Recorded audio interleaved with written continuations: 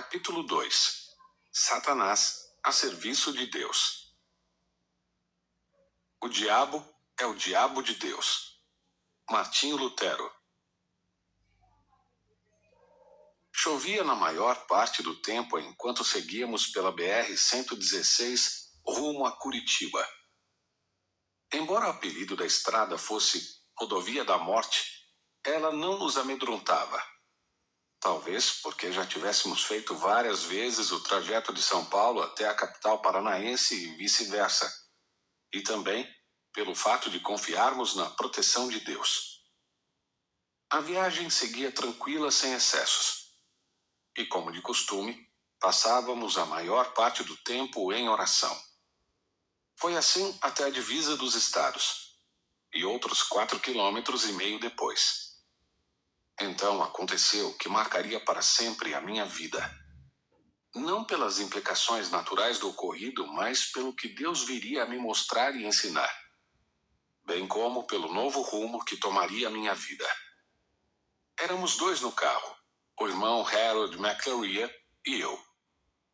A nossa equipe ministerial contava com mais um integrante nas viagens, o irmão Robert Ross, que havia viajado antes de nós.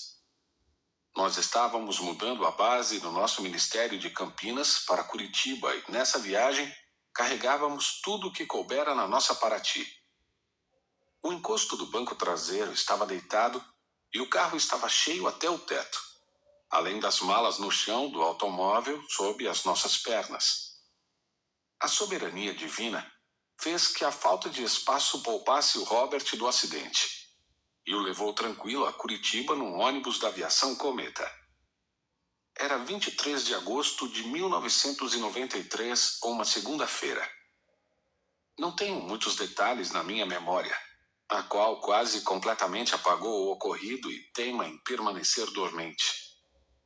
Contudo, somei os relatos das pessoas que se envolveram e consegui informações suficientes para entender o que aconteceu. Os pneus já estavam bem gastos e o carro não estava no seguro. Assim, o único culpado era eu mesmo, embora durante vários meses eu quisesse transferir a responsabilidade para Deus.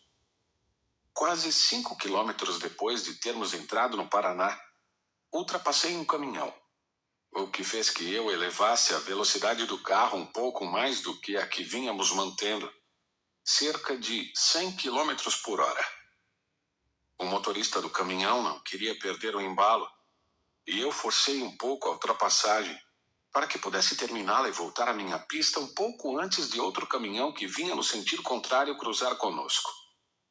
Logo depois, após percorrermos uns 200 metros apenas, aconteceu uma aquaplanagem. Havia chovido toda a tarde, e naquela hora, umas 17h30, caía uma garoa fina. Mas na pista ainda havia muita água. Não sei o tamanho da poça d'água. Só me lembro de que o carro perdeu a direção e saiu da pista para a esquerda.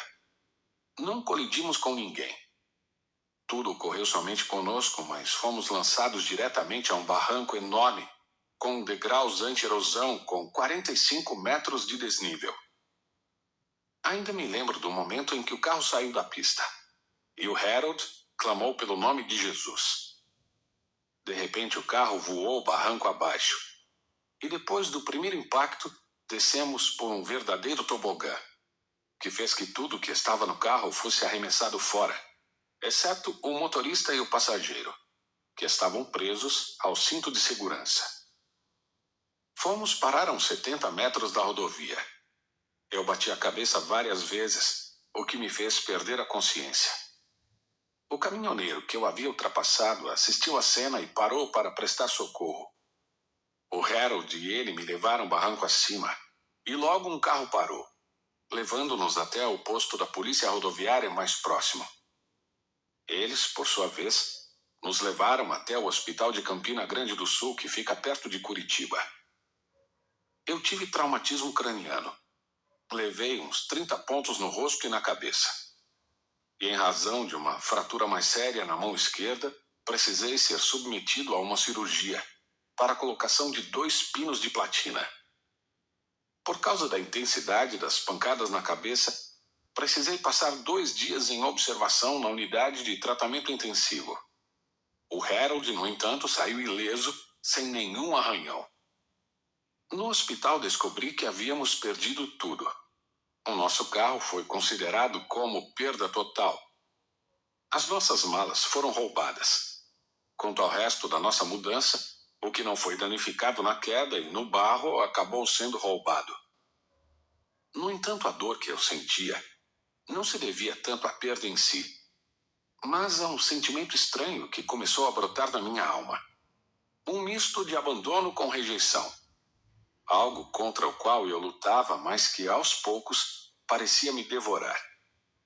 Por que Deus havia permitido aquilo? E as orações que havíamos feito a Ele? E suas promessas de proteção e cuidado? Entrei em crise.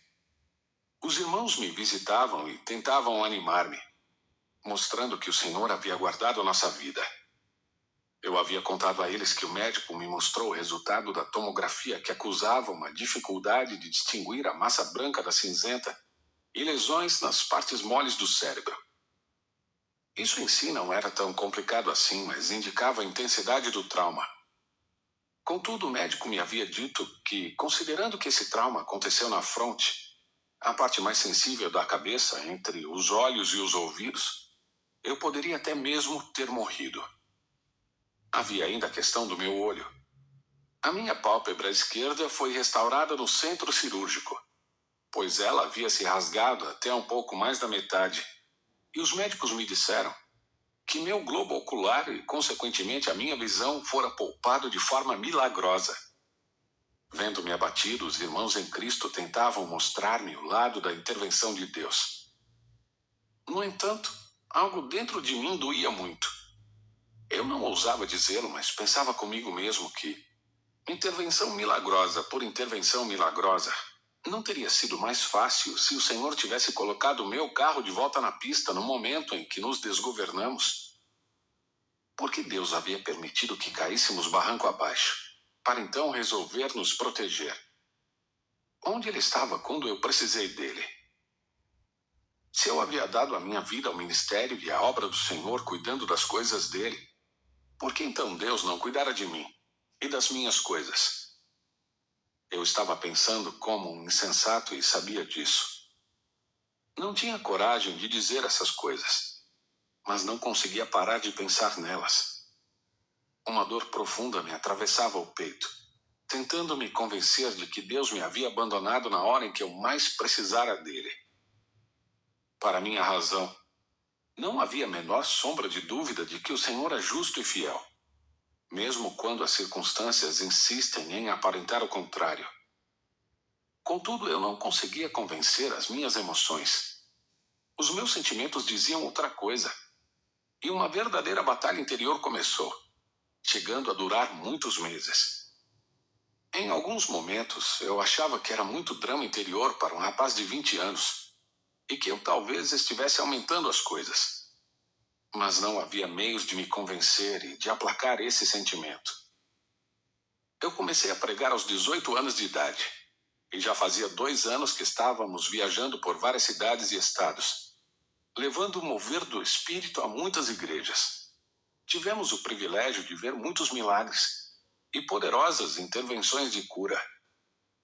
O sobrenatural era frequente nas reuniões. Além disso, havia o aspecto de uma vida vitoriosa que sempre enfatizávamos.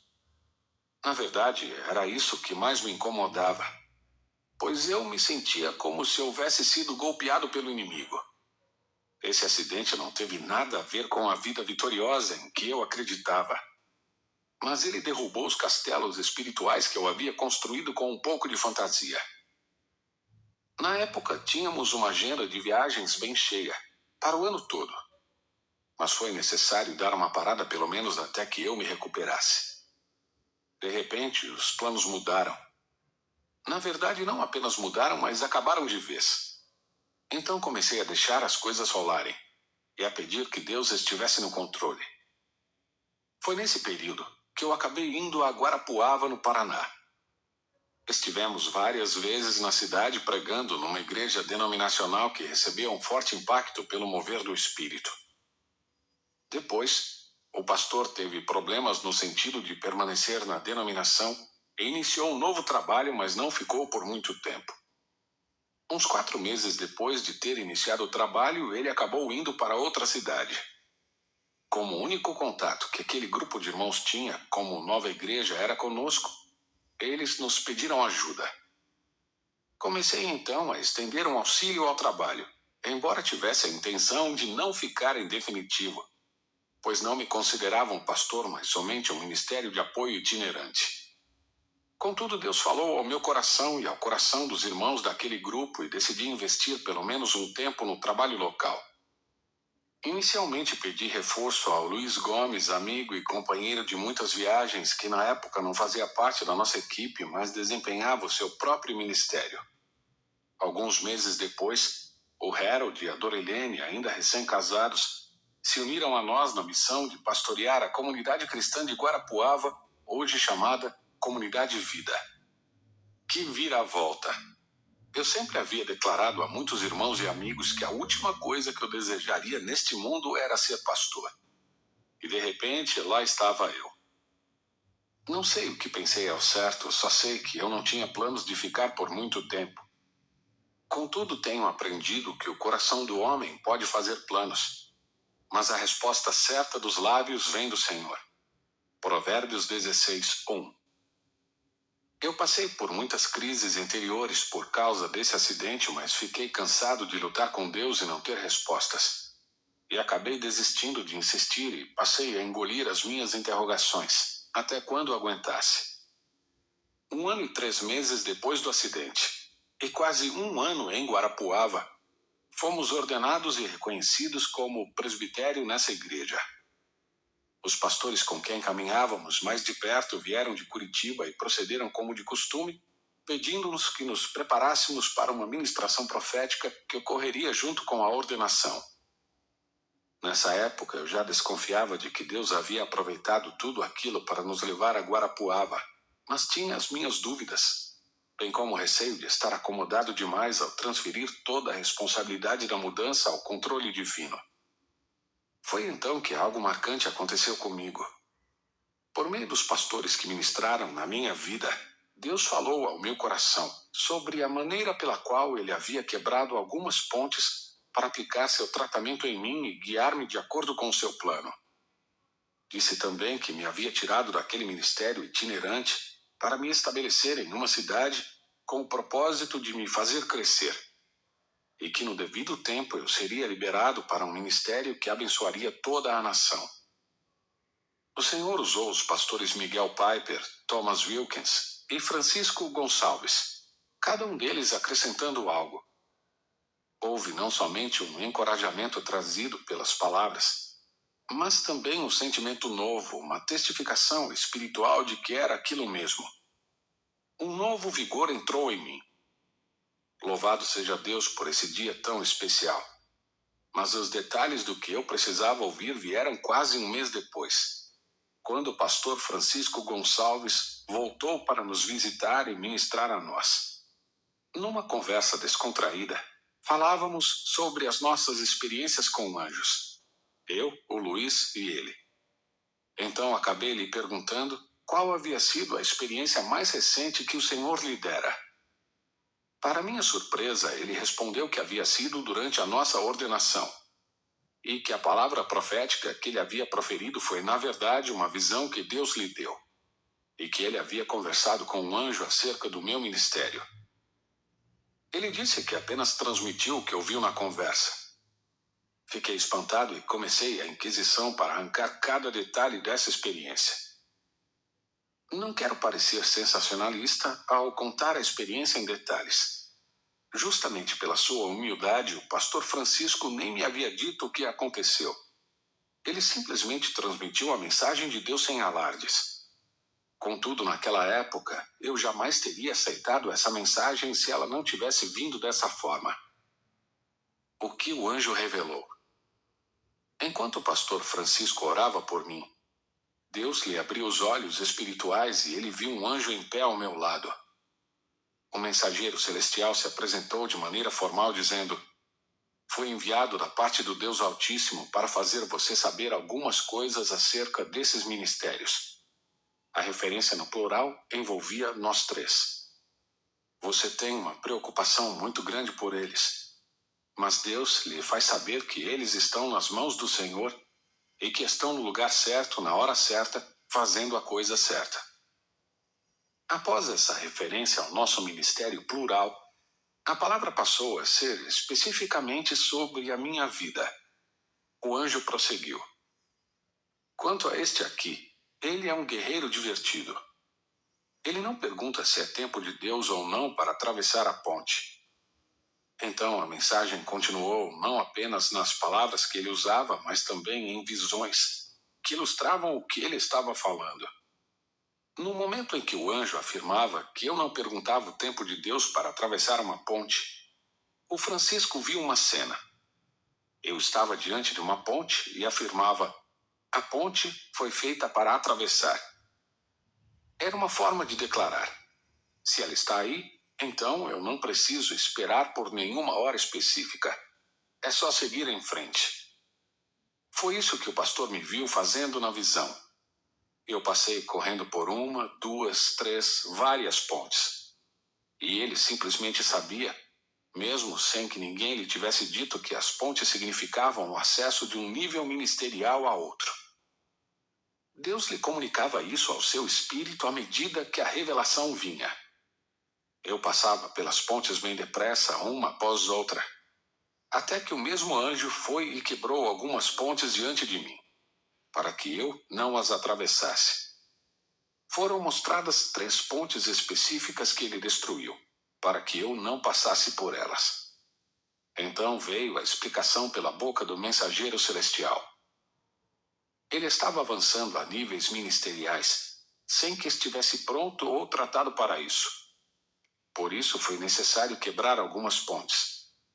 Mas ele é rebelde e não aceita o tratamento de Deus. Quanto àquele acidente do ano passado, diga-lhe que Satanás tentou tirar-lhe a vida. Mas diga porque Deus o permitiu, embora sem deixar que a sua vida fosse tocada. O seu ministério estava crescendo muito rapidamente, sem que ele fosse trabalhado no íntimo. E nesse ritmo, ele sucumbiria debaixo do peso do seu próprio ministério. Era somente uma questão de tempo. Por isso Deus o deteve, também para trazê-lo a esta cidade e submetê-lo a tratamento. E quando ele estiver pronto, o Senhor o liberará para abençoar esta nação. Ele dará um ministério de proporções ainda maiores. O impacto dessa mensagem foi e ainda é muito forte na minha vida. Até hoje, quando conto essa experiência, me emociono. E ao mesmo tempo me envergonho. Muitas vezes eu questionei a justiça e a fidelidade de Deus por ele ter permitido que esse acidente ocorresse. Eu não falava isso, mas repetidas vezes tinha esses pensamentos. E enquanto eu assim o julgava no meu coração, ele estava cuidando de mim. O Senhor estava me protegendo de algo pior. Ele não me abandonou naquela hora.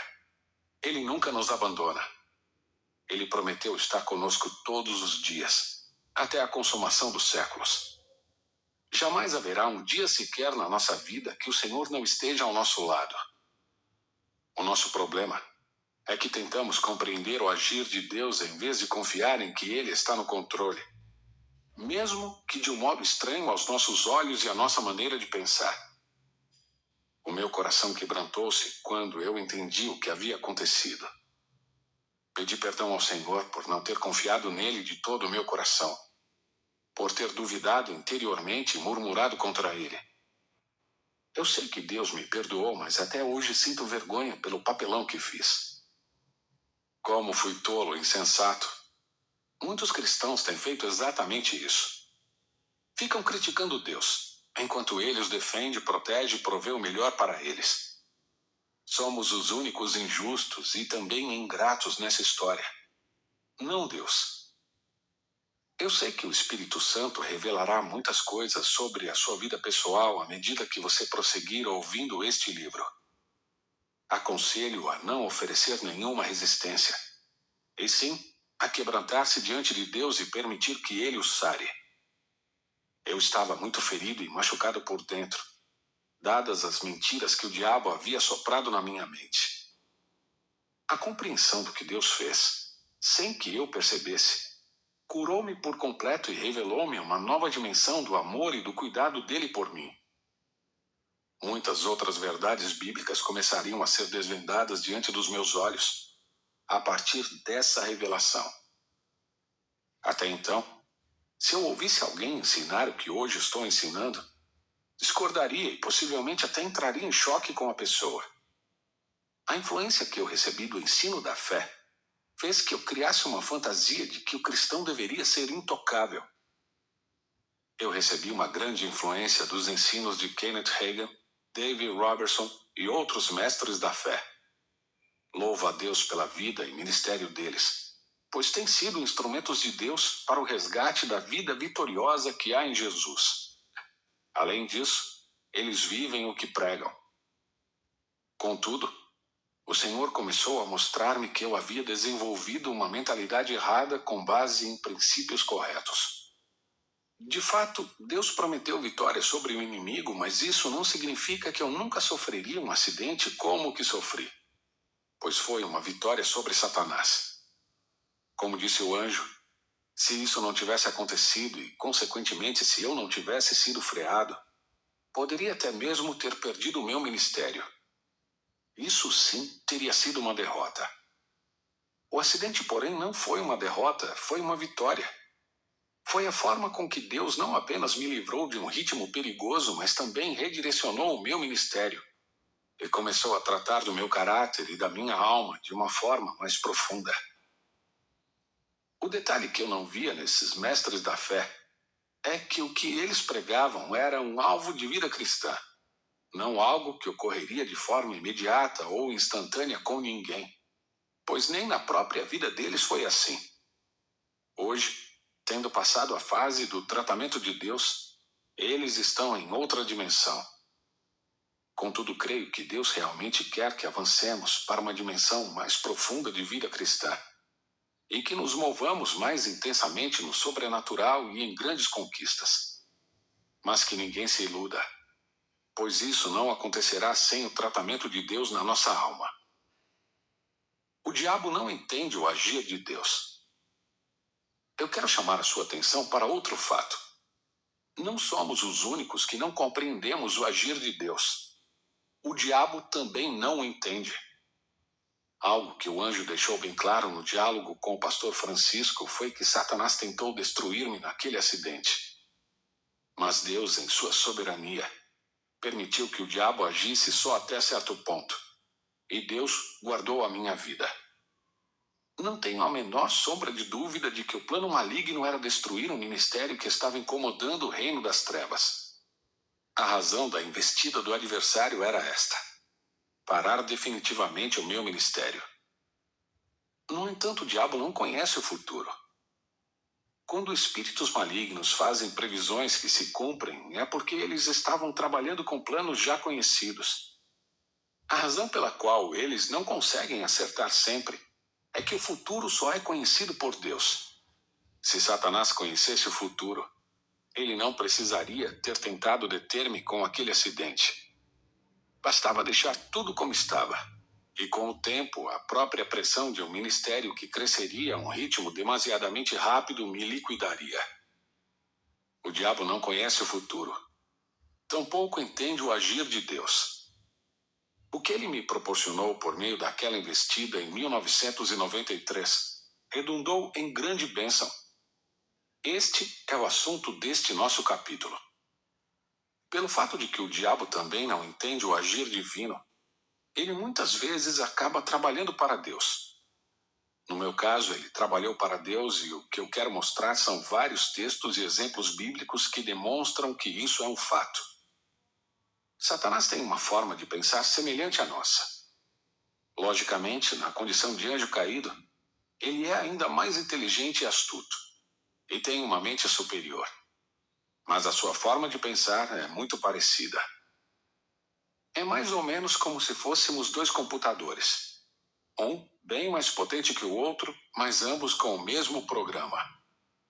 Embora um seja mais veloz e tenha uma capacidade maior de armazenar informações do que o outro, o funcionamento é exatamente o mesmo, pois trata do mesmo programa. Jesus ensinou acerca disso, e Pedro, chamando-o à parte, começou a reprová-lo, dizendo: Tem compaixão de ti, Senhor. Isso de modo algum te acontecerá. Mas Jesus, voltando-se, disse a Pedro: Arreda, Satanás. Tu és para mim pedra de tropeço, porque não cogitas das coisas de Deus e sim das dos homens. Mateus 16, 22 e 23. O Senhor falou a Pedro e aos discípulos que era necessário que ele sofresse em Jerusalém, que fosse morto e ao terceiro dia ressuscitasse. Aí então Pedro tentou persuadir Jesus a pensar de forma diferente, o que era totalmente contrário ao plano de Deus. Não sei se Jesus se sentiu tentado a ter dó de si mesmo, mas o fato é que ele reconheceu que naquela hora Pedro estava sendo influenciado em sua forma de pensar por alguém mais, e então repreendeu Satanás. Mas é a frase utilizada por Jesus que nos chama a atenção. Não cogitas das coisas de Deus, mas dos homens. Cogitar significa pensar. O que o mestre disse é que a forma de pensar de Satanás não se assemelha à de Deus, mas à dos homens. Isso nos leva a concluir que, independentemente de quão astuto seja o nosso adversário, ele também não pode entender a forma de Deus agir. Os pensamentos de Deus são mais altos, muito mais altos do que os do diabo. Para o nosso inimigo, o agir de Deus também é invisível e incompreensível. A revelação do que o Senhor começou a comunicar-me em sua palavra após essa visão do Francisco foi que ele age dessa forma imprevisível e invisível para propositadamente confundir Satanás e seu exército e ainda tirar proveito. Foi isso que Deus fez no meu acidente de carro. Ele usou uma investida maligna para livrar-me de uma queda, levar-me de volta à direção ministerial que ele tinha, além de não somente liberar seu tratamento comigo, mas também me ensinar claramente essas verdades. Deus é soberano. Ele não permitiu que o diabo tocasse naquele carro à toa. Na verdade, o Senhor colocou uma armadilha diante de Satanás. Ouvi vários anos atrás a irmã Valnice Milhomens ministrando e ela usou na ocasião um trocadilho que eu nunca mais esqueci. Ela falou que Deus coloca sataneiras diante de Satanás. Depois explicou: quando você quer pegar ratos, você põe uma ratoeira como armadilha. E como Deus não pega ratos, ele não usa uma ratoeira. Para pegar Satanás, ele sempre usa as sataneiras. As sataneiras de Deus. Não estou baseando a ação de Deus na experiência que eu tive, mas nos muitos exemplos bíblicos que encontramos. Ao narrar a minha experiência, eu o faço como um ponto de partida. Algo que gerou essas descobertas e mudou a minha forma de pensar. Examinaremos agora algumas passagens bíblicas que mostram Deus agindo de forma que o diabo não entendesse.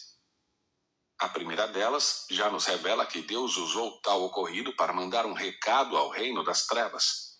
A sua multiforme sabedoria não pode ser compreendida.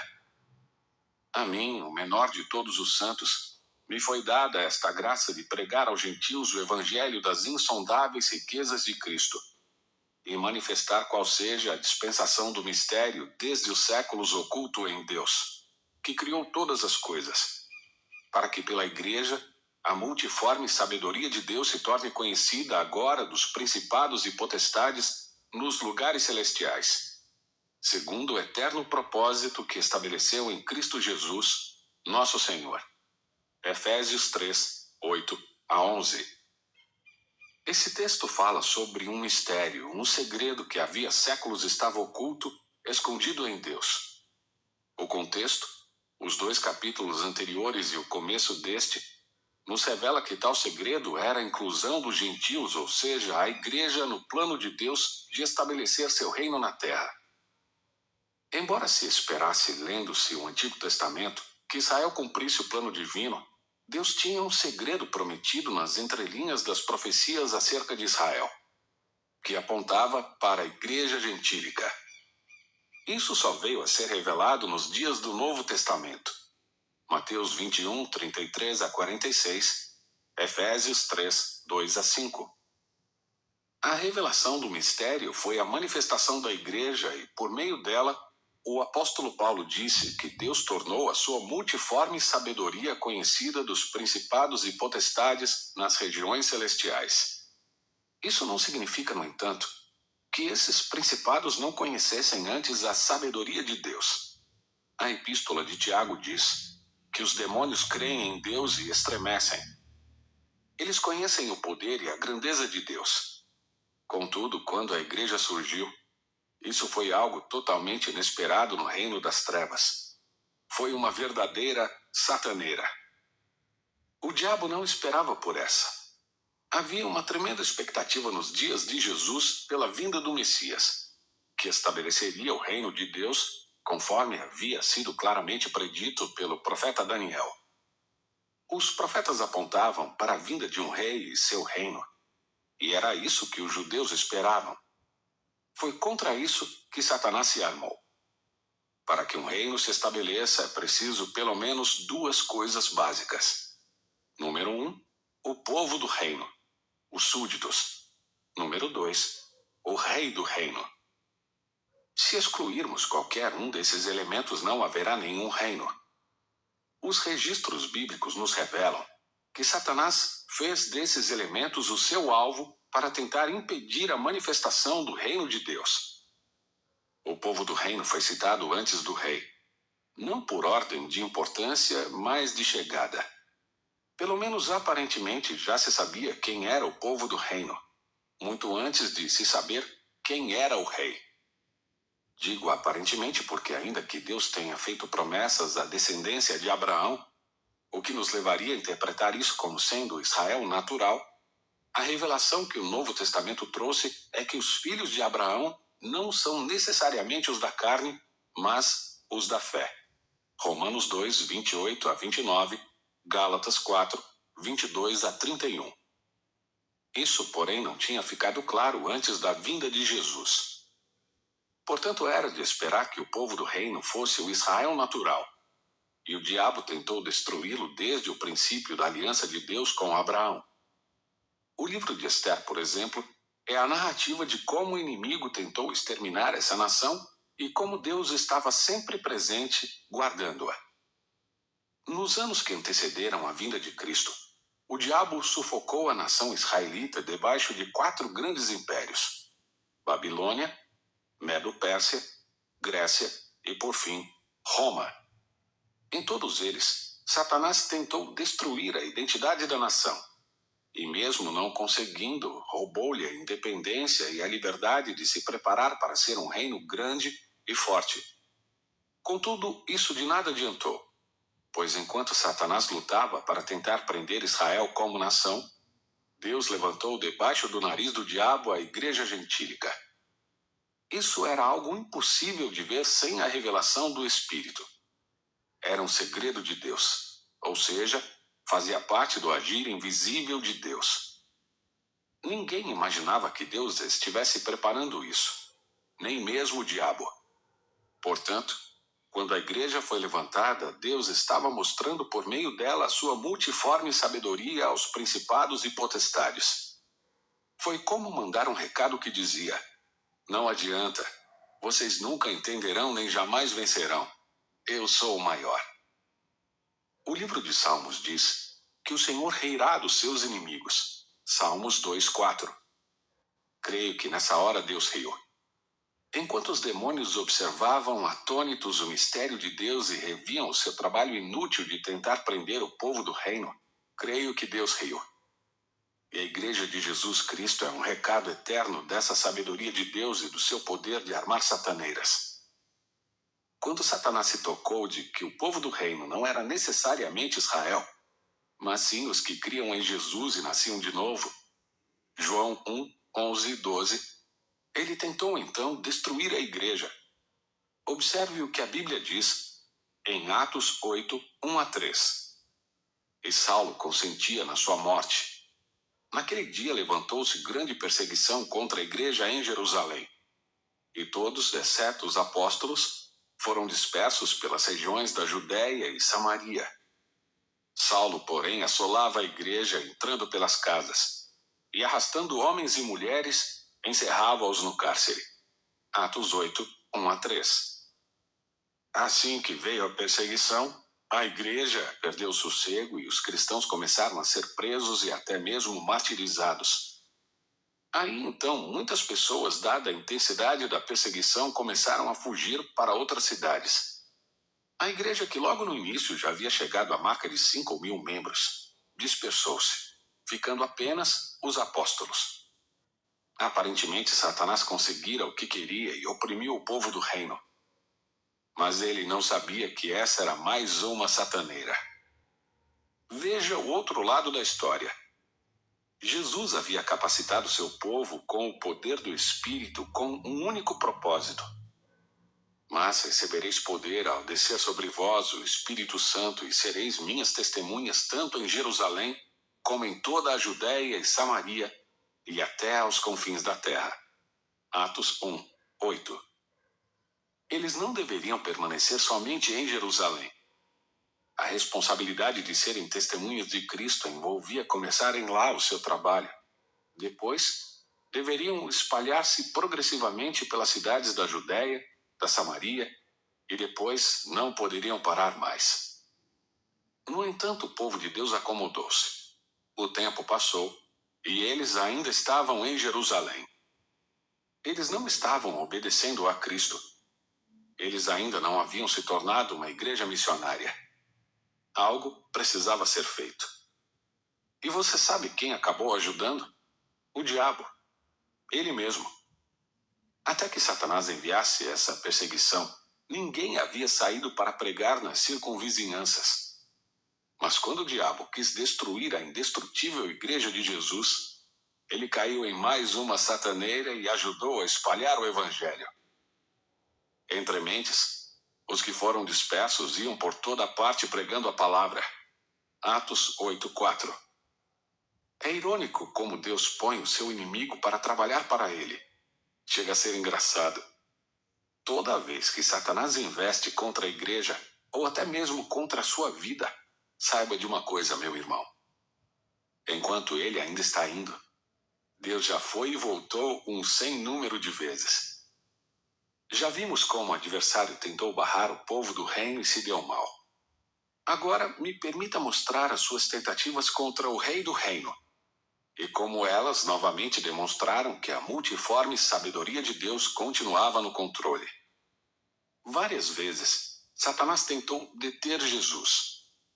No começo foi com as tentações no deserto, mas logo que Jesus Cristo o derrotou, os planos mudaram. Assim que ele saiu do deserto e foi para Nazaré, sua cidade, seus opositores o tiraram da sinagoga e tentaram empurrá-lo de um penhasco, mas não conseguiram matá-lo. Lucas diz que ele simplesmente saiu do meio deles. Vemos em seguida que as conspirações para a morte do Messias começaram a crescer até que, em Jerusalém, Jesus foi traído, preso e crucificado. E o diabo estava envolvido nessa conspiração. Foi ele que pessoalmente entrou em Judas para consumar a traição. Veja o que diz Lucas 22, de 1-5. Estava próximo a festa dos pães asmos, chamada Páscoa. Preocupavam-se os principais sacerdotes e os escribas em como tirar a vida de Jesus, porque temiam o povo. Ora, Satanás entrou em Judas, chamado Iscariotes, que era um dos 12. Este foi entender-se com os principais sacerdotes e os capitães sobre como lhes entregaria a Jesus. Então eles se alegraram e combinaram em lhe dar dinheiro. Lucas 22, de 1-5. O próprio Senhor declarou no Getsêmani quando estava sendo preso: Esta é a vossa hora e o poder das trevas. Lucas 22, 53. Não era apenas a hora humana dos que haviam conspirado contra Jesus, mas era a hora do poder das trevas. porque Satanás estava lutando de todas as formas para empurrar Jesus à cruz. E conseguiu. Não porque fosse mais forte que Deus, mas porque estava caindo em mais uma sataneira. Jesus acabou mesmo morrendo, e houve trevas sobre a terra. Creio que, naquela hora, não se tratava apenas da natureza gemendo pela morte do seu Criador, mas também havia densas trevas de malignidade produzidas por uma reunião de todo o reino do mal. O Salmo 22, que é messiânico, alude figuradamente à presença de demônios ao redor da cruz ao falar de vários animais, como cães e touros, os quais, no aspecto natural, não estavam lá.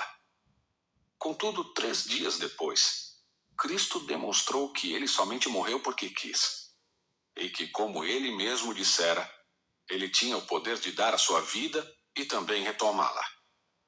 Ele ressuscitou vitorioso sobre todo o poder das trevas, e demonstrou que não apenas a sua ressurreição, como também a sua própria crucificação, significavam a derrota do diabo.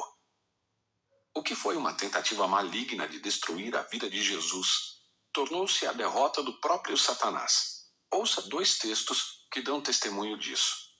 O primeiro é Colossenses 2, 14 e 15, que diz: tendo cancelado o escrito de dívida que era contra nós, e que constava de ordenanças, o qual nos era prejudicial, removeu inteiramente, encravando-o na cruz, e despojando os principados e as potestades, publicamente os expôs ao desprezo, triunfando deles na cruz.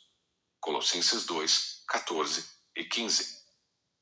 Hebreus 2, 14 e 15 diz: visto, pois, que os filhos têm participação comum de carne e sangue, destes também ele igualmente participou, para que por sua morte destruísse aquele que tem o poder da morte, a saber, o diabo, e livrasse todos que pelo pavor da morte estavam sujeitos à escravidão por toda a vida. Hebreus 2, 14 e 15. Um dos textos diz que, na cruz, Jesus despojou os principados e potestades e triunfou deles. Outro diz que era necessário que Jesus morresse, para que pela morte ele destruísse aquele que tinha o poder da morte, o diabo. A tentativa maligna de destruir Jesus virou-se contra o próprio diabo e o destruiu. A nossa mente não poderia jamais ter imaginado que Deus escolheria um caminho tão estranho assim para vencer Satanás, dando-lhe um aparente gostinho de vitória enquanto usava isso para destruí-lo. Não podemos jamais entender de modo racional esse agir estratégico do grande Deus. O Senhor faz questão de que assim seja, pois, nessa sua maneira de agir, não somente nós, os homens, ficamos sem entender o que está acontecendo, mas também o próprio diabo fica sem entender absolutamente nada. E, na verdade, essa é uma das razões de Deus agir assim: levar o próprio diabo a trabalhar para ele, muitas vezes como servo compulsório. Há vários textos que são capazes de confundir a cabeça de qualquer um se não forem vistos por esse prisma. Permissões divinas para ações satânicas. Encontramos algumas vezes nas Escrituras textos que nos mostram permissões divinas para ações satânicas. Eu gostaria de chamar a sua atenção para alguns deles. Começaremos com um dos exemplos mais conhecidos, porém mal entendidos, o de Jó, que foi duramente atacado pelo diabo, que conseguiu permissão para furar o bloqueio da proteção divina. No entanto, quem deu essa permissão foi exatamente o chefe da segurança. A Bíblia diz: perguntou ainda o Senhor a Satanás: observaste o meu servo Jó? Porque ninguém há na terra semelhante a ele, homem íntegro e reto, temente a Deus e que se desvia do mal. Então respondeu Satanás ao Senhor: porventura Jó debalde teme a Deus? Acaso não o cercaste com sebe, a ele, a sua casa e a tudo quanto tem? A obra de suas mãos abençoaste e os seus bens se multiplicaram na terra. Estende, porém, a mão e toca-lhe em tudo quanto tem, e verás se não blasfema contra ti na tua face. Disse o Senhor a Satanás: Eis que tudo quanto ele tem está em teu poder. Somente contra ele não estendas a mão. E Satanás saiu da presença do Senhor. Jó 1, 8-12. Durante muito tempo eu não aceitei o livro de Jó. Dizem que durante a Reforma, Martinho Lutero quis excluir da Bíblia a Epístola de Tiago, pois a sua maior revelação na palavra havia sido a da justificação pela fé, e as afirmações de Tiago sobre as obras o incomodavam. Não sei se isso realmente foi assim, mas já desejei que o livro de Jó não estivesse na Bíblia. Como eu não podia excluí-lo, tentei encontrar explicações para o seu conteúdo. Assim comecei a ensinar que Jó dera uma brecha ao diabo. Eu dizia que ele era medroso, que tinha tanto medo que seus filhos pecassem que fazia sacrifícios preventivos. Eu afirmava que a porta do medo que ele abrira permitiu que o adversário entrasse, pois ele mesmo admitiu o seguinte: aquilo que temo me sobrevém e o que receio me acontece. Jó 3, 25. Contudo, Jó somente disse isso depois que as coisas lhe aconteceram. Com relação ao que eu dizia haver sido uma brecha espiritual, ficava difícil conciliar isso com o testemunho que o Senhor dá acerca dele, de que era homem justo e irrepreensível.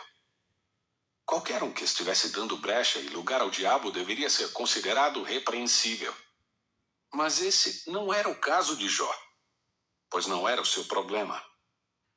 Se Jó somente estivesse colhendo o que ele mesmo havia autorizado o diabo a fazer em sua vida, então Satanás nem sequer teria de pedir permissão a Deus para feri-lo. Tudo isso é bobagem. São explicações simplistas, para que fiquem de pé outras doutrinas que desenvolvemos. O fato é que esse é um exemplo de uma permissão divina para uma ação satânica. No entanto, Deus não dá esse espaço ao diabo à toa. Isso foi mais uma sataneira. E no fim, Jó teve a restituição de tudo. Mas o que é mais importante é que ele acabou dizendo: eu te conhecia só de ouvir, mas agora os meus olhos te veem. Jó 42, 5. No fim das contas, Jó se aproximou de Deus ainda mais. Isso faz parte do agir invisível de Deus. O Senhor está agindo, até mesmo nos momentos e circunstâncias que nos dão a impressão de que Ele nos abandonou. Ele está no controle. Observe outro exemplo bíblico. Lucas 22, 31 e 32 diz: Simão, Simão, eis que Satanás vos reclamou para vos peneirar como trigo. Eu, porém, roguei por ti, para que a tua fé não desfaleça. Tu, pois, quando te converteres, fortalece os teus irmãos. Lucas 22, 31 e 32. Confesso que isso me assusta. É o tipo de coisa que ninguém gostaria de ouvir de Jesus. Ele chega ao apóstolo Pedro e lhe diz: olha, o diabo pediu permissão para peneirar vocês para ver o que sobra. Estou parafraseando o que foi dito, pois o significado de peneirar é o seguinte: se o grão for graúdo, ele ficará na peneira. Se não for, ele sairá do outro lado. O que Simão Pedro provavelmente esperava, e certamente se fosse comigo e com você também seria o que esperaríamos, é que Jesus dissesse não ao diabo e o mandasse embora. Contudo, não foi isso que aconteceu. Jesus comunicou a Pedro que ele deixou o diabo ir com tudo para cima deles. Mas avisou-lhes: não é porque eu permiti que ele atacasse que isso significa abandono. Eu já orei por você, para que a sua fé não desfaleça. Eu estou cobrindo a sua vida. No entanto, a maneira com que Cristo encerrou o assunto nos mostra o que ele esperava do final daquilo tudo. Tu, pois, quando te converteres, fortalece a teus irmãos. Em outras palavras, Jesus estava dizendo que aquela prova tocaria o coração de Pedro de uma maneira tão forte que ele se converteria e mudaria radicalmente. E o benefício não seria somente dele, mas também deveria ser repartido com os irmãos, os outros discípulos. Essa foi uma permissão divina para uma ação satânica. No entanto, isso não se tratava de um abandono nem de um juízo, tampouco de uma injustiça da parte de Deus. Esse ocorrido foi parte do agir invisível de Deus e, com certeza, foi mais uma sataneira, que fez que o diabo ajudasse a fé de Pedro a fortalecer-se em vez de destruí-la. Mais uma vez, ele trabalhou para Deus. Nas cartas do Senhor Jesus às igrejas da Ásia, encontramos outro exemplo de uma permissão divina a um ataque satânico. Ouça o que diz Apocalipse 2:10. Não temas as coisas que tens de sofrer. Eis que o diabo está para lançar em prisão alguns dentre vós, para ser dispostos à prova, e tereis tribulação de 10 dias. Sê fiel até a morte, e dar-te-ei a coroa da vida. Apocalipse 2:10. Novamente vemos Jesus avisando antecipadamente que o diabo faria algo contrário. Mas não vemos Jesus fazer nada para impedi-lo. Tampouco ordenar que esses irmãos resistissem ou lutassem. No entanto, Jesus avisa antes que as coisas aconteçam, como no caso de Pedro, para que saibamos que o controle está nas mãos dele, não nas mãos do diabo. O que ele nos pede é fidelidade, para que não permitamos que a investida do inimigo mude a nossa fé. E isso é vitória, mesmo que não pareça. Para mim é difícil imaginar a razão pela qual Deus permitiria que alguém fosse preso, ainda mais em se tratando de um indivíduo lançado na prisão pelo diabo. No entanto, sei de uma coisa: os caminhos e pensamentos de Deus são mais altos do que os nossos e não há como entendê-lo em seu agir. Contudo, se ele permitiu que o diabo fizesse algo, certamente essa era mais uma armadilha para Satanás. Deus o faria de bobo novamente. Não estou dizendo que tudo que o diabo faz é uma prestação de serviços a Deus, mas que há circunstâncias em que o Senhor lhe prepara armadilhas. Satanás é como um cão preso. Ele só vai até onde o comprimento da corrente permite. Se o Senhor solta um pouco mais a corrente e permite que ele vá um pouco mais longe, isso não significa que ele esteja solto. Deus está no controle da nossa vida. E se por acaso o diabo tiver alguma permissão de chegar perto, não se assuste.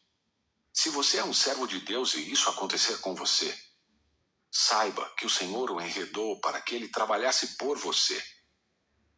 Um dos textos que mais nitidamente mostra Satanás sob o controle divino encontra-se no livro de Apocalipse.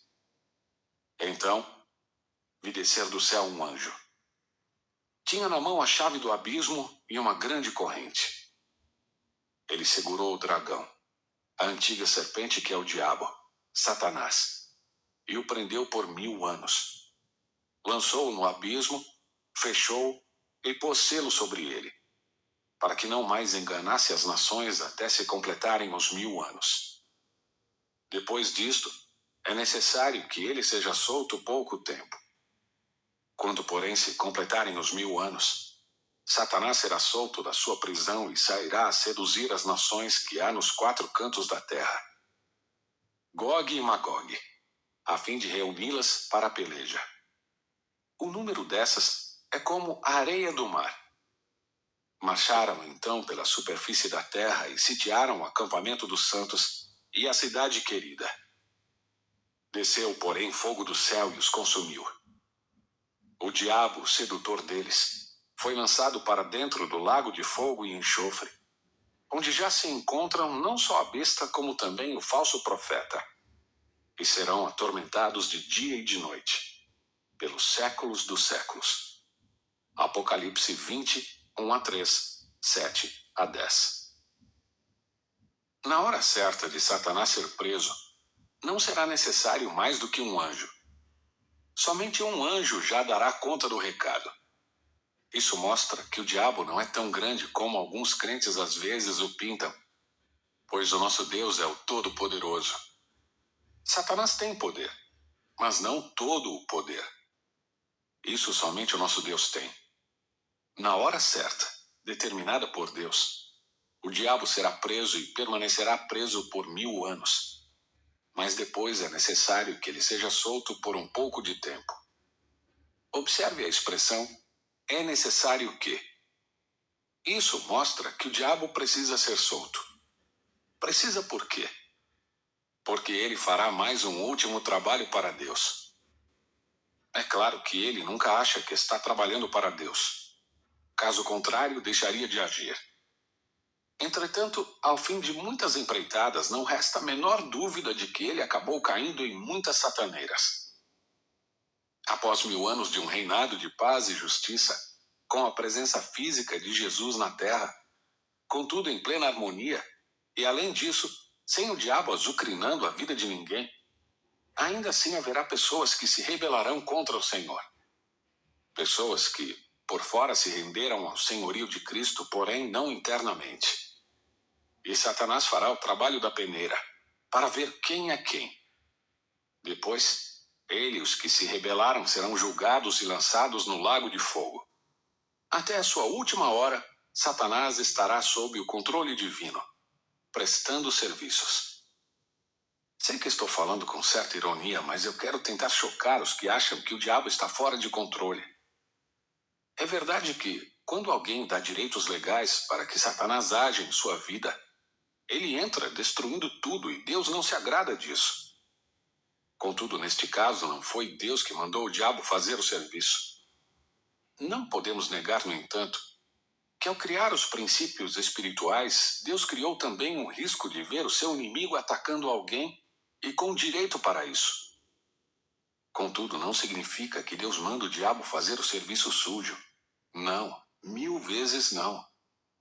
Mas mesmo assim, Deus tem o poder de levar as circunstâncias negativas, que não eram do seu agrado que acontecessem, a outra dimensão, em que bênçãos poderão redundar do ocorrido. É importante lembrar que Deus é presciente, ou seja, Ele sabe de todas as coisas, mesmo antes que aconteçam. Ele sabe onde o diabo atacará e quais danos causará. Ele sabe como reverter as situações e como transformá-las em benefícios, mesmo antes que ocorram.